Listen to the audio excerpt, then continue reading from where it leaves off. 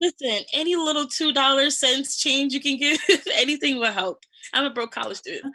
I'm a parent with 2 kids, one of whom is an 18-year-old with a disability, and the other is a 21-year-old college student, and both of my children and our families are left out of the stimulus funding because of their issues and their age. The United States government decided to send about everyone in America, a $1,200 check. But there's still some holes, and some of the main groups that are impacted are high school seniors and college students. I had a little campus dining job, so I would go up there. They only open 4 times a week, so it's not too much on my studies, but it's not enough to like support me fully. And even when I come home too from school, like I do have a job here in New York City, and both of those jobs I had to get let go of. So I have no source of income right now. On top of that, they're realizing not only did they not get any money, even if they worked a job, but their parents don't get any money. The way Congress wrote the bill is the $500 for children only goes to children under 17. They based that provision in the bill on the 2017 Republican tax overhaul, which defined a child for the child tax credit purposes as under 17.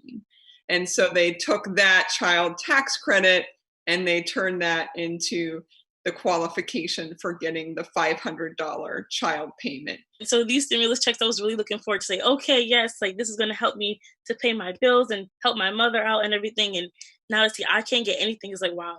Another group that's also considered a dependent are what's called adult dependents. So people who maybe have a severe disability or for whatever reason live with someone else. That person also does not qualify. You know, our system is so poor in caring for and providing supports for adults with disabilities already that there's an undue burden on families to make sure that our adults with disabilities are taken care of. And so a lot of our families are doing that extra work, and to completely leave them out of the stimulus package is a real slap in the face, I think, to families, and it makes it more difficult.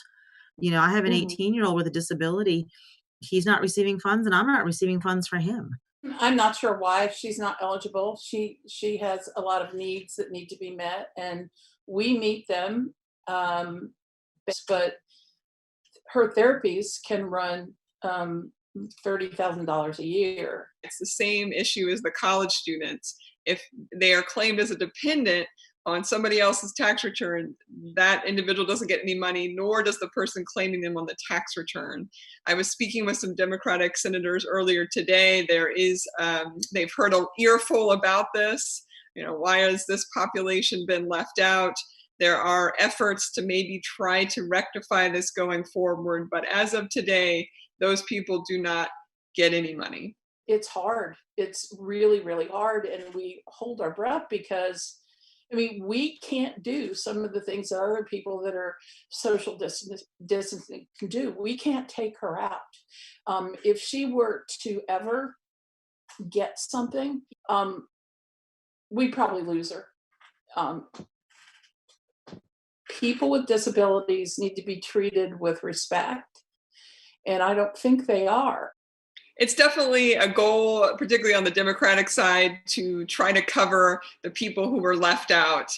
Again, the purpose of this money is to try to help as many Americans as possible who are $75,000 or less. And so a lot of these individuals who have disabilities or who are college students obviously don't have a lot of money and have been impacted severely by what's going on as well. And you know, and it's difficult to wrap your head around Congress leaving out an incredibly vulnerable population.